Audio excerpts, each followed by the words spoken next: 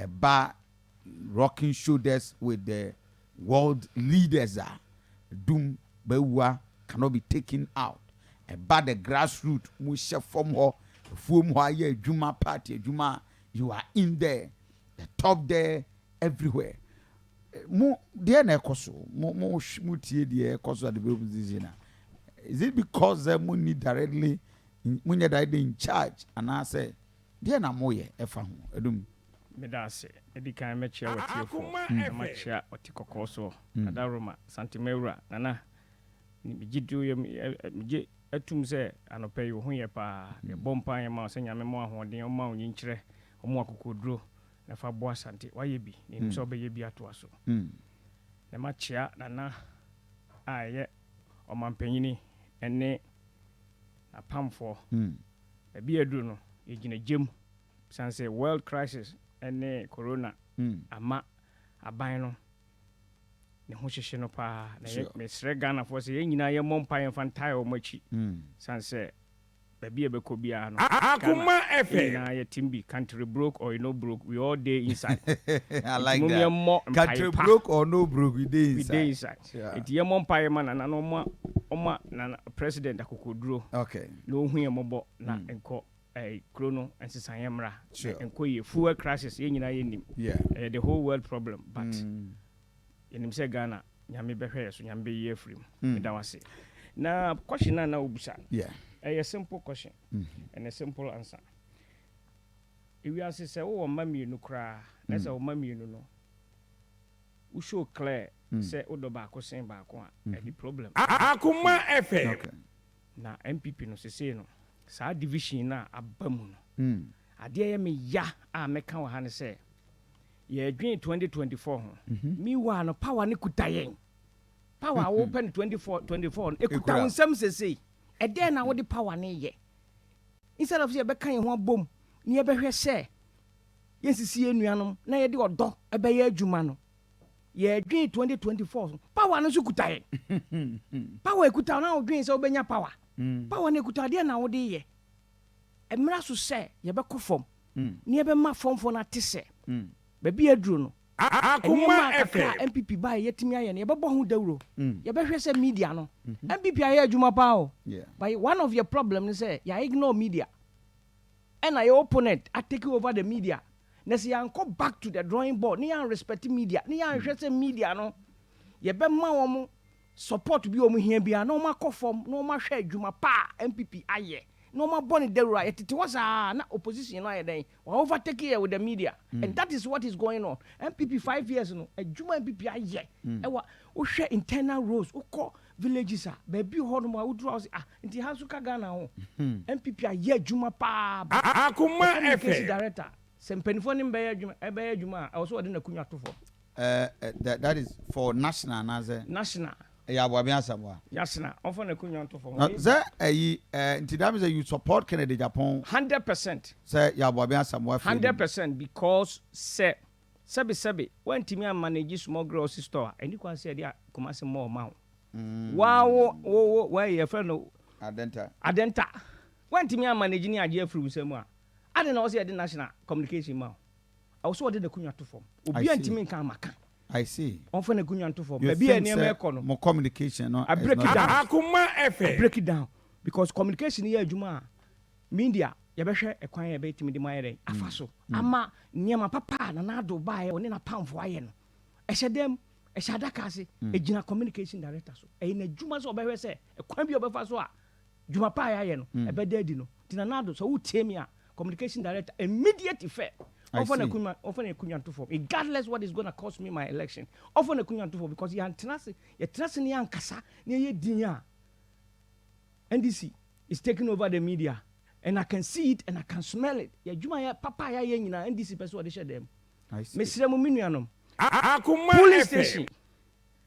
Election I call so. Baby I want you buy be Mr. Mo and penny for mon say honey beto abani bi. Na asumdua because we are talking about national. Musi si obi na moto about 2 a.m. any 4 a.m.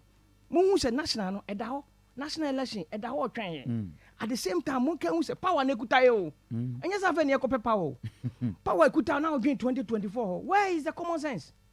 power ni kuta yɛmfa nyɛ adwuma ne ɛkeka mmom ne yɛno dɔ yɛ ho na election yɛ yɛkɔ yɛma mu na hɔ fan deɛ ɔbɛwini no wawini mebi deɛ amekɔ no ɛnyɛ do or die ɛyɛ destiny sɛ nyankopɔn afrɛ me sɛ memɛdi MPP anim Akoma obiedi wɔ ɔbɛtumi astɔpo no nti sɛ nyankopɔn mabɔ mpayɛ sɛ nyame ɛnkɔ yie mepɛ sɛ mebɛsom ɛnam sɛ masom party no 30 good years in Ashanti region Baba sum the party no for the region the region as the regional chairman meba because region no sɛbe yɛ quota no yɛnsa nka okay Asante quota yɛnsa nka oh really yes sana uhunu you deserve 25% because oko parliament a 42 any o parliament yeah Asante quota yɛnsa nka me ya chairman ya police ni efa nipa Asante quota migration Asante quota Akoma FM oh yes I mean chief of staff better say I say chief of staff a recruitment of course he plays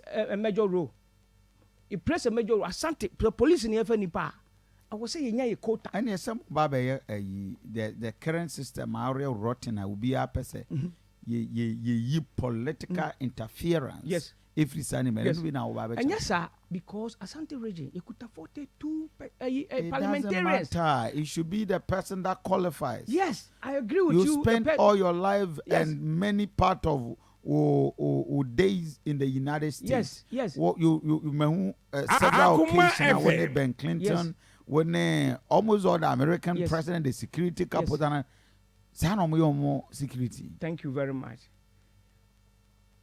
almost adwuma no Democrat for wa a quota system we in New York now a big state ye Cheskana the big chunk okay a Democrat state it is a balance or more the next election a hono vote free a black and white a quota system nessa uma where you know stronghold no one ma or ma enjoy or quota system I mean Akoma FM but your quota no ye go for nwi police station omo problem ne say ya ba abem 5 years police near any park constituency kura omo ntimi nya abako I was here che constituency no are you telling me say you need nipa omo qualify for police or constituency but ko constituency ni bo wa omo nipa ba kura ni police ye check quota system ni ye I was say fair free and fair and no na police station any constituency omo nwi enti omo ba mo abu omo abu ama ya ba power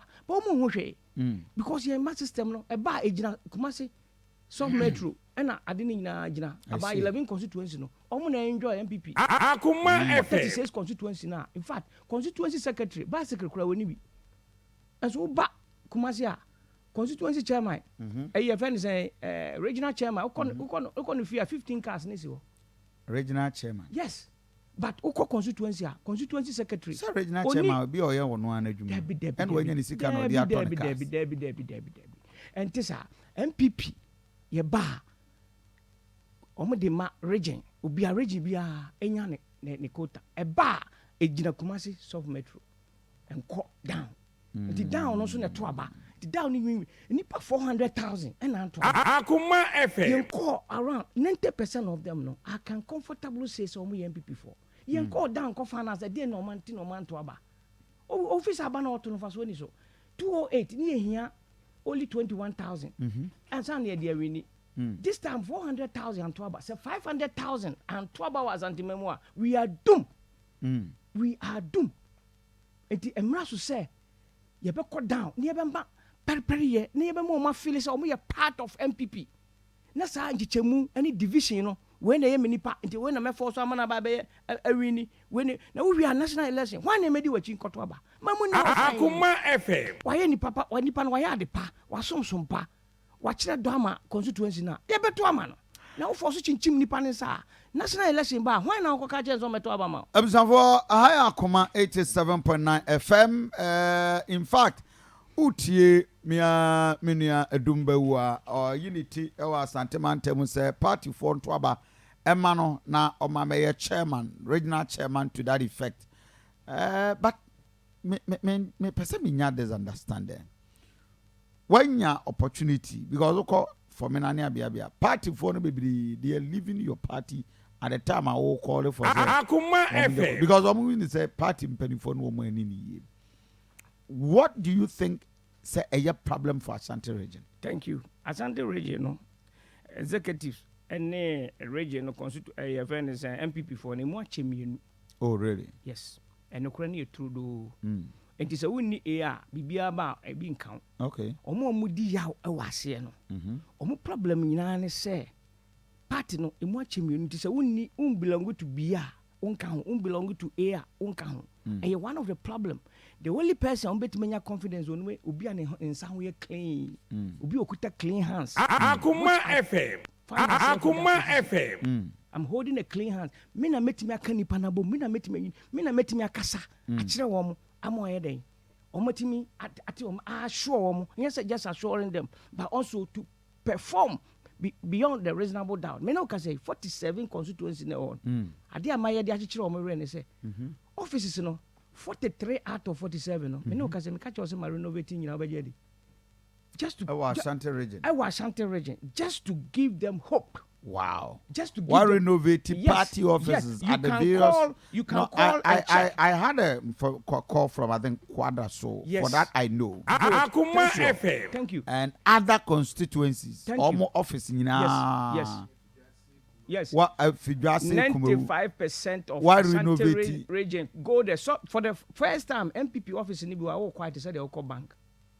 Ko agogo na ko hwe office. Oh, quite said they will call bank akoiska. You are bringing hope, but demonstrating hope. Oh, and really? Leadership. And what why yes, my own pocket money. Really? Yes, I have done it beyond the reasonable doubt. Now, regional Ashanti region money office. Where you basic mama? Good, me ba. There is no way say under 1 year you construction of a furnace, a national office. No way, it will not happen. The first time in the history, MPP 1 million people. I will make it attractive for them to pay dues. Because I will give you incentives. Who trade dues within 2 years? Be open MPP will ban a scholars. Osabeka under my leadership. Who called America? Sana Democrat. Who tria will name now Bibi. Who go by the name Democrat now? Share dues. I will tria. Bibi I will hear Osabeka. I will say a team system. Let's say who some party. It doesn't matter. Say a friend say way no and I say way no. I was say utimi riding in the name of the party, but people are riding in the name of individual. And no any division na ba no. Me ko baby I was say Akoma FM. I'm what track record. I'm what evidence I just say me trade dues. And yes say be me belong to A and I say me belong to B before I say e be hwe manim. What started your campaign so far from to say? A form boko, a form e dekeke. E be you obia surprise because it is a Comoros. Kumasi no modi billboard atwitwa ha show. Ko insuta kwa ma na ko hwe. Oma sitinum. Ko hwe oma sitinum as MPP for. Ko hwe oma sitinum. Minua. Kumasi enye no kwa Kumasi soft metro 11 conso enye no kwa na control MPP 36 no. Wo hwe oma sitinum a ho no mbe make decision. Akoma FM. Oma ye neglected. Ho no mbe make decision who will become the next chairman. Uhia chairman or pen kabum, uhia chairman or track record. Ebusua be na ufrim. Some be na masom.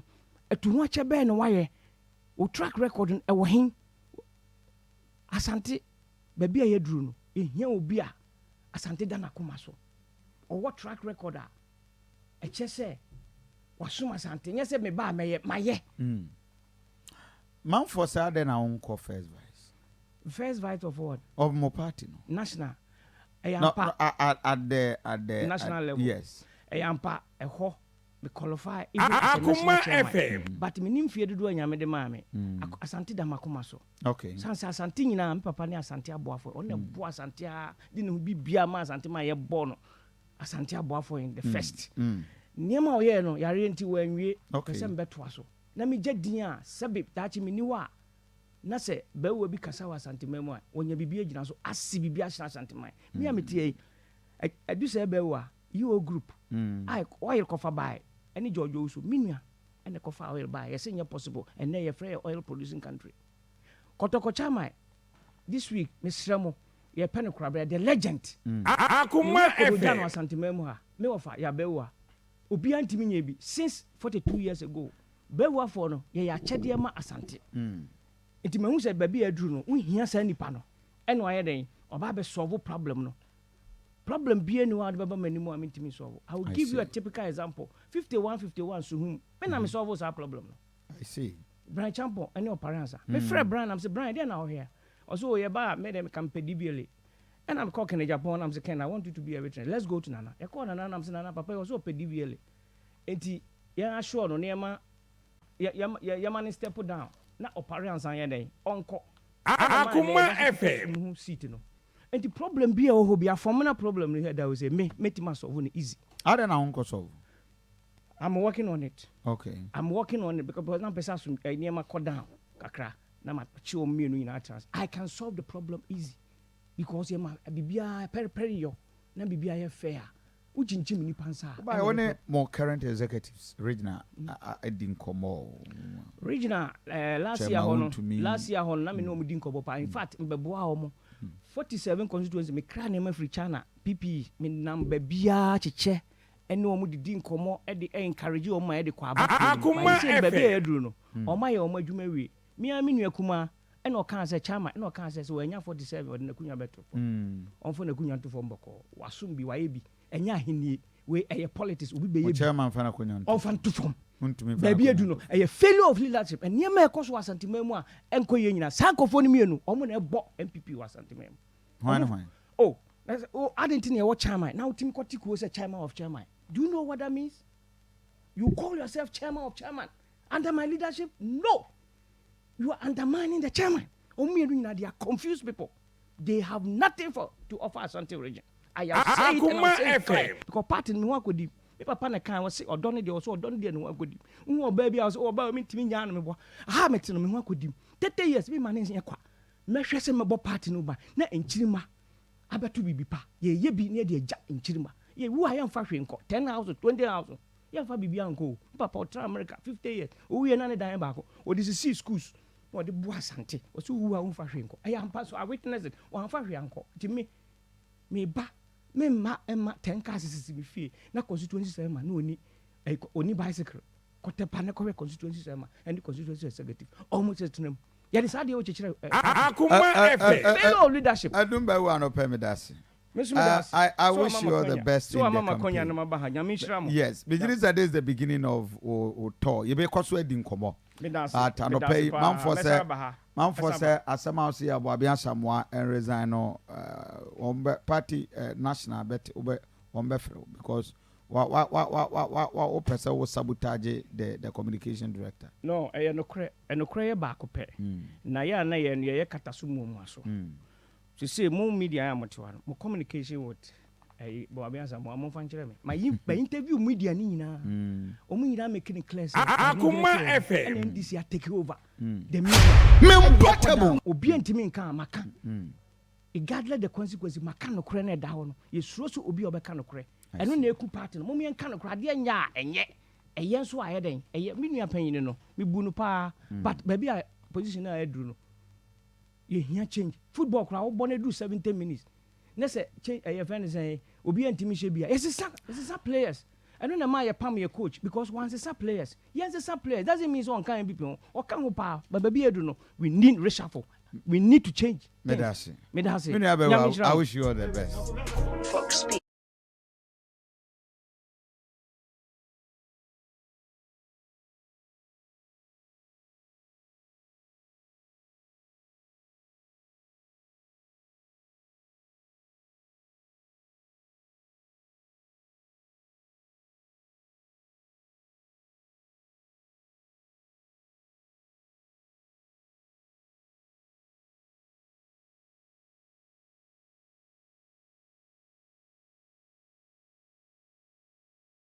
Awo na wakɔtɛ baabia ma party agere ga wi a wontumi kura kukuru a wantumi Adum Bawuah wo betimi nyame mre wontumi de wantumi o nyame mre na ɔno agya tum sɛ wantumi nyame mre na ɛyɛ mre pa baabi eduru no nyame ahu sɛ enkoye nti o ma fa nyame e de afa me so sɛ memra na me mehwe na me fa me ho mbɔ afɔre se no me de me ho bɔ afɔre ama na wontumi ya usara sam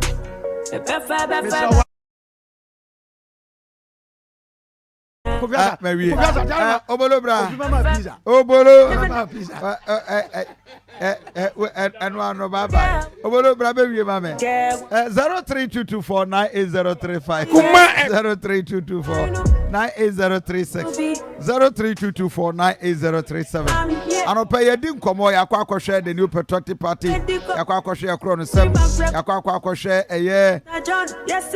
happenings my Ghana. Anopa wadwen chire ni say. Yene Adum Bawuah edin komo. The regional chairman aspirant for the NPP.